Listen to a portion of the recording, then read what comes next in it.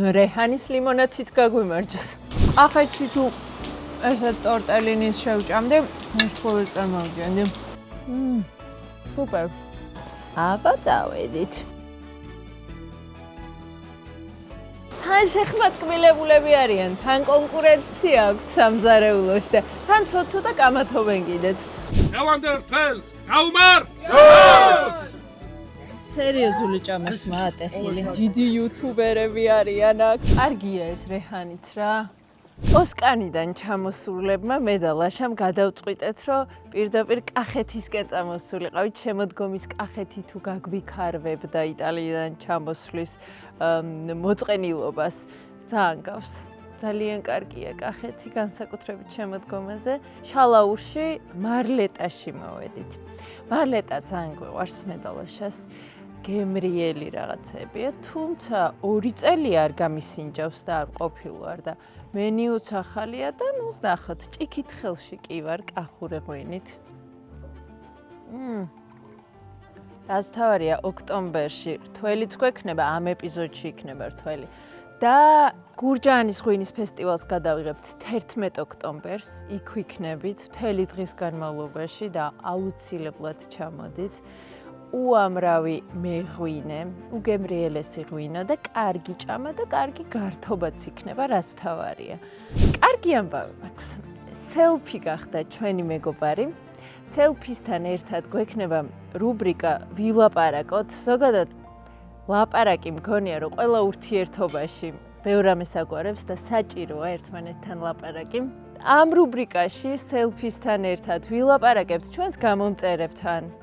ასე რომ მოგწერეთ ბევრი კომენტარი, ვილაპარაკებთ სტუმრებთან და კარგი სტუმრები ყავს ხოლმე რეჰანზე, რესტორატორებთან, შეფებთან, მეწარმეებთან, მოკლედ ვილაპარაკებთ ყველასთან.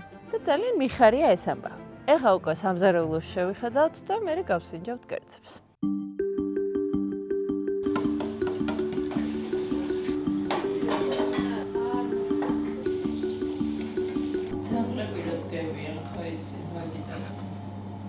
პატრონი როჭავს.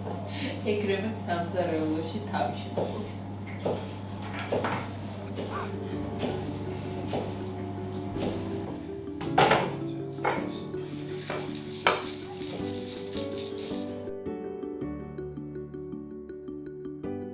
მარლეტა ვინაიდან და რადგანაც არ არის ძალიან დიდი რესტორანი, აქ კერძებს ამზადებენ თლიანად, ანუ საპროდუქტი არ აქვთ, როგორც არის სტანდარტულად რესტორნებში, რა იგამზადებულია და მე რაღაც დაამატებ რაღაცა შეკმაზე, გალობაზე გამზადებ. ასე რომ სტუმრისთვის პირველი აპეტაიზერი ყველასთვის, რა? კი. ყველა სტუმრისთვის პირველი აპეტაიზერი მოდის ეს ზეთისხილი და შეპიცკინებული ლავაში. იმიტომ რომ თუ მარლეტაში შალაურს ჩამოხოთ, ცოტა დიდხანს მოგიწევთ ლოდინი კერძებისთვის. ზეთისხილი მიყვარს. მოდი, პატარა გამოკითხვა ჩავატაროთ. მოგწერეთ ზეთისხილი გიყვართ თუ არა. დარწმუნებული ვარ, რომ საშუალო არ იქნება, იმიტომ რომ ეგეთი არ არსებობს ხოლმე. არ ვყვართ, ან ძალიან არ ვყვართ. და მე შევაჯამებ.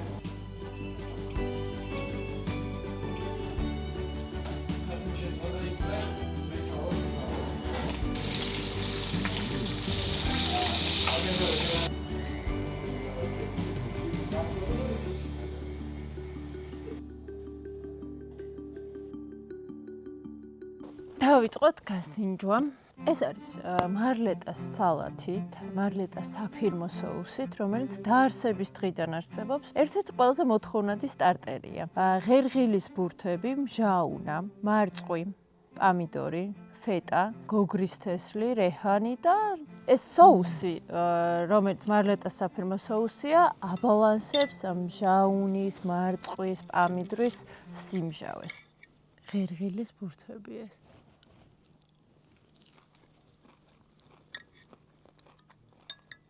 მარწყვის სიტკბო პამიდორთან ერთად. ეს соусის რაღაცა მოტკბო მომჟავება.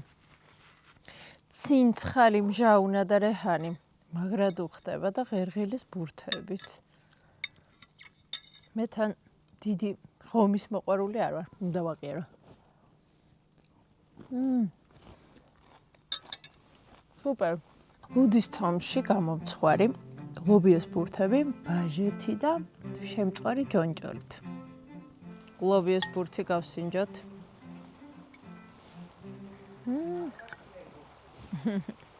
გაგვიწვიმდა ისევ. კაია. ფანტასტიკა. ხრაშუნა გარეკანი აქვს. შიგნით გემრიელად შეზავებული ლობიო და ბაჟე. არ გვაცადა მინდვა კავკასიონის ფონზე გასინჯვა, მაგრამ არა უშავს. აქ ყველა მინდი კარგია. ვაპრურია. თურმე როგორ უხდება ბაჟეს ლობიო? სოკოს ტორტელინი ყველის და ტრიფელის соусით, შალაურის ტყის სოკოა, რაც თავარია, და ტორტელინი მომზადებული აქ, მთლიანად handmade, ანუ ხელით მომზადებული ცომია ტორტელინის. ტრიფელსაც ხშირად ქართულს იყენებენ ხოლმე, მაგრამ ამჯერად არ იყო ხელმისაწვდომი შეფმა. მე ძალიან მიყვარს ესე ხელნაკეთი პასტა და პასტის ცომი. ეს არის ყველით, აქვე მოახვია ლევანმა.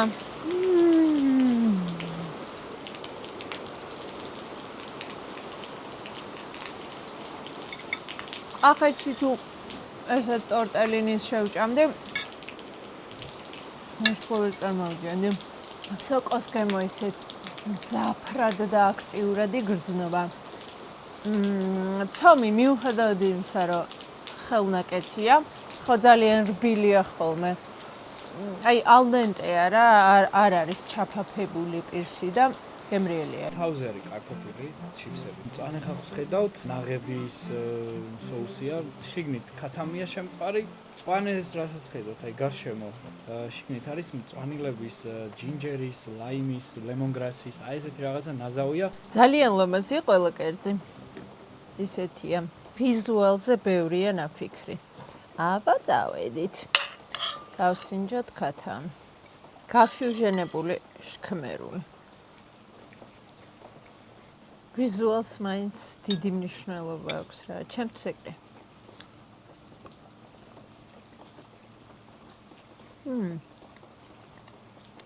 საინტერესო ამბავია. კლასიკურ შქმერულს გავს, მაგრამ აი ეს მწვანე соуსი ლემონგრასის რაღაც თავის გემოზე მეყავს. ცოტა აზიურ, ცოტა ცინცხალ, მომჟაო გემოსაძლევს. კარგია. მწვანე ხახვიც იგრძნობა და მომწონს უხდება თურმე.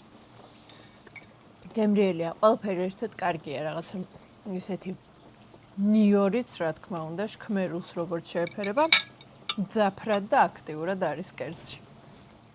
რეჰანის ლიმონადით გაგვიმარჯოს. ძალიან კაია. კარგია ეს რეჰანიც რა. დღეს ჩვენ მეგობართან ვიყავით და ვიღაცამ დაურეკა ტელეფონზე, ვინ არის შენთან უკითხა და აი რეჰანები მოვიდნენ. რეჰანები.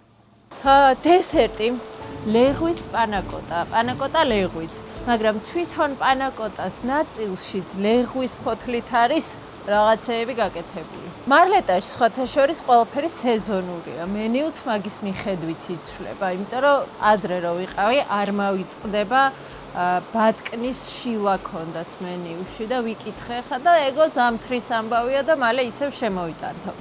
გავსინჯოთ. აქ ძალიან კარგი სცენა იყო. ლევანი, შეფი უცებ გამოვიდა, გადავირბენ ლეღვს მოვიტან და გავამზადებ. ხო არ გეჩქარებათო.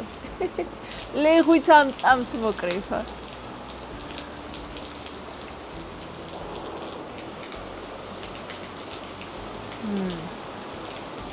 ძალიან მსუბუქია. უმსუბუქესი. და ლეღვის არომატი ისეთია ნაზი. ცოცხალი ლეღვიც ძალიან უხდება. უფრო ისეთ გემოსაძლევს ამ პანაკოტას, ცინცხალს. სუპერ, მაგარია. აქ ძალიან საინტერესო ამბავია სამზარეულოში.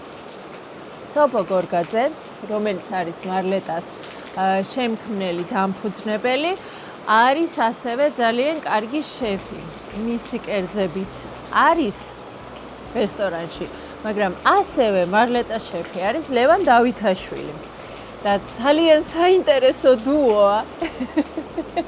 თან შეხმატკბილებულები არიან, თან კონკურენცია აქვს სამზარეულოში და თან ცოტა კამათობენ კიდეც. ახლა ვთხოვ რომ მოვიდნენ და სელფის რუბრიკაში, რომელიც სიახლეა რეჰანზე, ვილაპარაკებთ მათთან ერთად, ვილაპარაკებთ მარლეტას კონცეფციაზე და ზოგადად რის მიხედვით აქვთ ეს ყველაფერი შექმნილი, გაკეთებული და როგორ თანაცხოვრობენ ისინი სამზარეულოში. მანამდე ლაშა დესერტს შეჭამს.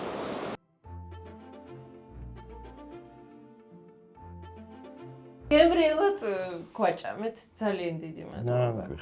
მოგეწონათ გულა. როგორ ლაპარაკობთ სამზარეულოში ერთმანეთში, ეგ მითხარით მათი პირველ რიგში. ხო, ხუბით, საჭმელით. ვიცი რომ ისიც გაქვთ ცოტა შეჯიბრი კონკურენცია, რაღაც ფარული დეგუსტაციები. არა, ამის garaში არა, ეს რაღაც ის არის. ხო, ვაბალანსებთ ერთმანეთს. მე ვიტყვი ჯერ და მე რას ფიქრობს ლევანი? რომაც ჩავისუნთქავ და ჩაისუნთქე. გავაგრძელებ. იმიტომ რომ მე როგორც ჩემი მიდან გამომდინარე უფრო კონსერვატორული მიდგომები მაქვს. ლევანი ბევრად თამამია რაღაცეებში, ისი მიმღებლობის სირთულეებს განიცდი. ანუ პირველად ის არის ხომე, რომ სულ შევეწინააღმდეგო. ბევრ ამაში როგორც წესი მართალია ხომე, რაღაცა თანამედროვე მიდგომაში, თუმცა გამოცდილება მაინც თავისაშვება და ფაქტურად ერთით-ერთია რა. სულ კამათში, სულ იმაში რაღაცა კარგი გამოგვდის იმედია მოგეწონა. ანუ რაც გავსინჯა, თანაბრად შექმნილი იყო, ხო, ყველაფერი. ახლობით. ჯერ შეჯიბრი, მე გამორჩევა. ხანდახან ისიც შერწყმოთ. ეგ ამორჩევა და შეჯიბრი როგორ ხდება? ვინ ირჩევს ხოლმე, ვის ასინჯებთ? მე ძალიან დამაინტერესა იმ აქ პროცესმა. მართლა გუნდური ის არის, აქ უკვე რაღაცა ყველას თავისი როგორ გითხრა მნიშვნელოვანი ადგილი და ფუნქცია აქვს და ამიტომ ერთმანეთში ხდება ძირითადად, იმიტომ რომ ვითვალისწინებთ ერთმანეთის აზრს და გარდა ამისა ვენდობით ხელწერა გვაქვს საერთოდ. ყველაფერში ჩემთვის პირადად აი ეს თანამოაზრეობა არ არის უბრალოდ პროფესიონალიზმის მაღალი ხარისხი. ანუ ერთნაირად მეტნაკლებად ერთი ღირებულებების გარშემო რო იკრიბება ხალხი, როგორც წესი, შედეგიც მეტნაკლებად კარგია რა, ვერ ვიტყვი ყოველთვის ყველაფერი გამოგვდის, მაგრამ არ უჩი. სეზონურია თან მენიუ, ხო? რისი სეზონიც არის იმის? ბაზარი რის საშუალებასაც იძლევა. ჩვენც ამას მივყვებით. თუ არ მოგწონს, არ ვყიდულობთ. ახლა როგორც ცნობილი შეფები იძახიან, მართლა ეგრეა რა. თუ არ მოგწონს ბაზარში, არ ვყიდულობ და არ აკეთებ. აქაურება მაგის საშუალებას იძლევა თან, იმიტომ რომ ძალიან შინაურული სიტუაცია, ეს არ არის რაღაცა დიდი სარესტორნო ქსელი, სადაც მიხვალ და იცი რომ მაინც და მაინც ეს კერძი უნდა დაგხვდეს, იგივე გემოთ. თითქოს იმპროვიზირებთ კიდეც, არა? აი რო ვადარებთ ძველ სტუმრობას. ხო. საერთოდაც აი რა კერძებსაც არ თავაზობთ, იმაში არის უბრალოდ ჩვენი ხასიათები ძალიან ბევრი, გამოკვეთილად ხარ.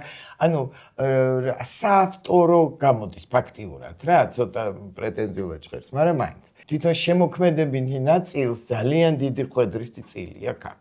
ანუ პრინციპში ინსპირაცია შეიძლება ყველაფრიდან მოვიდეს და შესაბამისად რთული გზა ვირჩიეთ, იმიტომ რომ როდესაც ბრუნდები რესტორანში როგორც წესი, უბრუნდები იმ რაღაცა მოგონებას ან იმ რაღაც გემოს, ხო, როგორც ეს.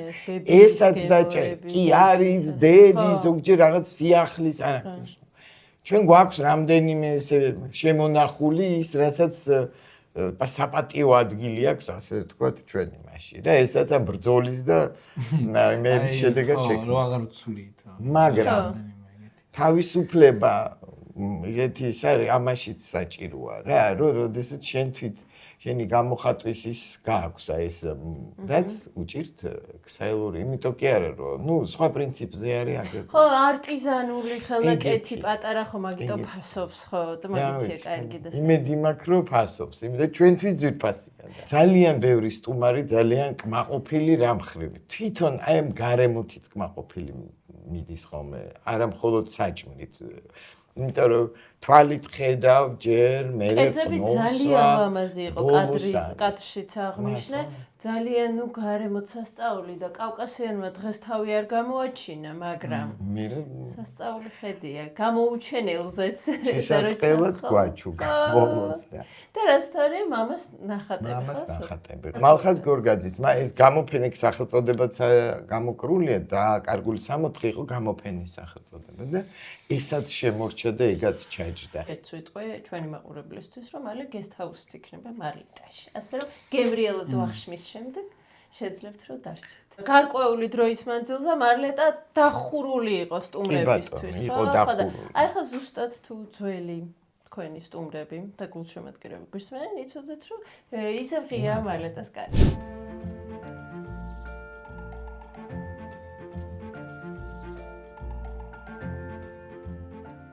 აბზი გავავსეთ. ეხლა ჩვენ ავივსებით ენერგიით, სმარტში, ტრუჩილოს ყავით. ვისაც არ გინახავთ ტრუჩილოს ამბები ნახეთ ჩვენი იტალიური ყავის ეპიზოდი.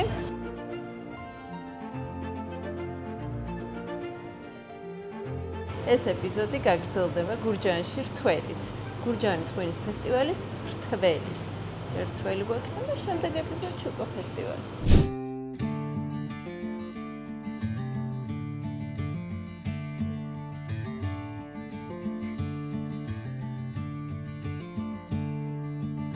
აჭრეთში გურჯაანის ღვინის ფესტივალის რთველს ჩამოვედით. რთველი დასრულებული და გვხვდა. ძალიან არ დაგვსყდა გული, იმიტომ რომ რთველის ლანჩი იწყება. ეხლა ჭამასმა დასხდნენ უკვე ერთიან სუფრასთან სტუმრები. თათარაც ამოღებულია, ჩურჩხელები ამოვლებულია, მწვადი შეიწვა, ურძენი დაკრეფილია და წავედით ისღა დაგვრჩენია, რომ უკვე გავსინჯოთ რაღაცეები, გემრიელობები.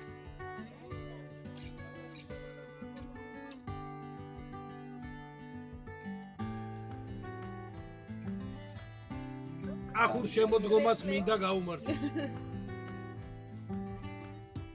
ნავანდერ თელს, გაუმარ! ამასობაში აქ სერიოზული ჭამასმა ატეხილი.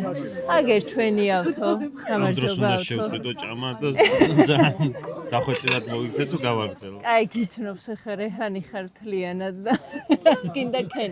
იქით მიშავს აჯანიშვილი. ჭამის დროს. რას ჭამი, მწვადს? კაი, დავიწყოთ მწვადის გასინჯვით.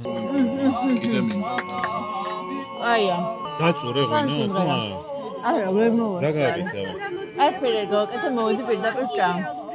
ძალიან ჭკვიანი გოგო და მოხერხებული ძალიან, ანუ მე მაგდენ ვერ შენ მოვიფიქრე. რა გააკეთე დღეს დილიდან ეგ მოყავ? დილით მარათონი ვირვინე, მე მოვედი ქიშვარდამ დამავალა რომ ვედროები შეგამოარბენინეო და ვარბენინებდი კიდე დამატებით ვედროებს და მე ყურძენის დავწურე. ძალიან საინტერესო მენიუა.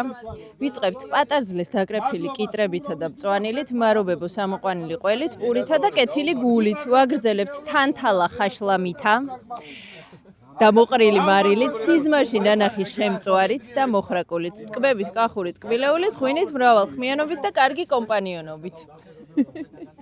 აღარ მოყვევი ცალკე კერძებზე. უბრალოდ კარგ კომპანიონობაზე გამახსენდა. დიდი იუთუბერები არიან აქ და მივალ ორ სიტყვას ვათქმევინებ კამერაში. ჩემო ძვირფასო დიდო ფილარმონია იუთუბერებო. ჩვენ დამწყები იუთუბერები ვართ და რეჰანზე ვართ. გამოგვიწერეთ და მოყევით აბარაშვებით. როგორ ვირთვეთ? ხო ხართ კარგათა? კარგათა ვარ. როგორ ახარ? გადაცარევად დაგასინჯეთ და რა მოგეწონათ? წვადს გიახელით. ჯერჯერობით წვადი არის ესეთი. კაი, ღვინის ფესტივალზე იქნებით? კარგი კითხვაა. ღვინის ფესტივალზე ვიქნებით ისევ სუყეთ და გემრიელად. თავის დროზე მოხვალ თუ ისე და არა, ადრე. ადრიანად. გამოვიწეროთ რა, რეჰალი გამოვიწეროთ. მიდი შე რო იცი, ხარი ეგრეთ ჩემ გამოწერებს რაიონები ხოლმე რომ გამოიწერო. ჩემ გამოწერებს მიმართ. რამდენი გამოწერზე ხარ? 15,060. რამდენი ხარ? ერთი წელი გახდა ზუსტად. აი ხა გვაქვს იუბილე. წლის ბოლომდე 25,000. ეგ იყოს თუ მეტი იყოს. იყოს 30 იყოს. ინანი ბაშიჭო ჩემ არხზე ვინმე იყოს ისეთი, ვისაც გიგი და სოსო გამოწერილი არ ყავთ, მაგრამ მაინც გამოიწერეთ გიგიონზე რომ და სოსო ერაუნდება. სოსო მაგალითად ან ყავდა მე გამოწერილი ხა წელს ეხა გავიცანი.